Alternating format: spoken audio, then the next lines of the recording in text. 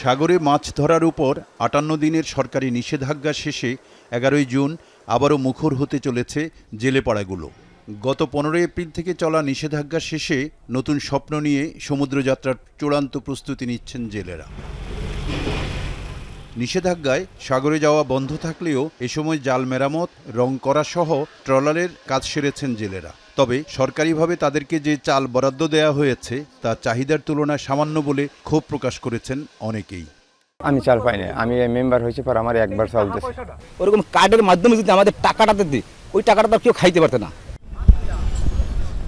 সরকারি তথ্য বলছে ২ বছরের ব্যবধানে ইলিশ আহরণ কমেছে ১২.৪৯%, যা ৭১,০০০ টনেরও বেশি। এতে জেলেদের সাগরে যাওয়ার আনন্দের মাঝে বাড়াচ্ছে দুশ্চিন্তাও।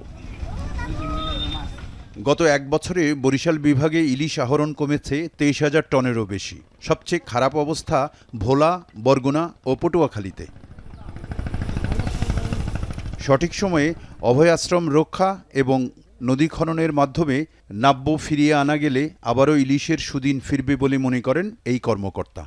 জলবায়ু পরিবর্তনের কারণে বিভিন্ন নদীর ডুবোচরের কারণে ইলিশ মাছ তার কাঙ্ক্ষিত মাইগ্রেশন চ্যানেলে প্রবেশ করতে পারছে না।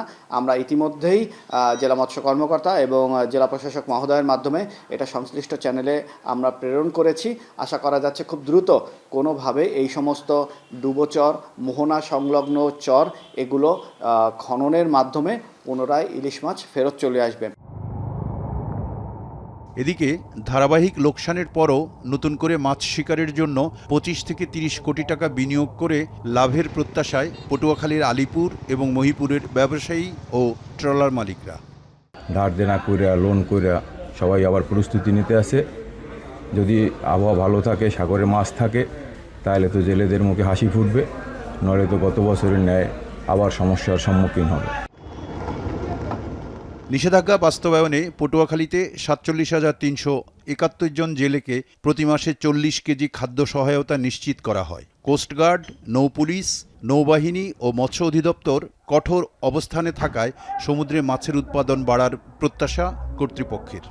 কলাপাড়া উপজেলাতে প্রায় ১৮,৩০৫ জন জেলের প্রত্যেকেই ৭৭.033 কেজি হারে প্রতি পরিবার চাল পেয়েছে এবং এই চালটা আমরা আমাদের যে অভিযানকালীন সময়ের ভিতরে প্রত্যেকটা পরিবারের কাছে পৌঁছে দিতে পেরেছি।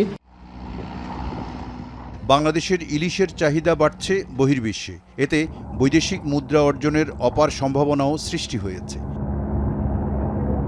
মেজবা আজাদ, এখন।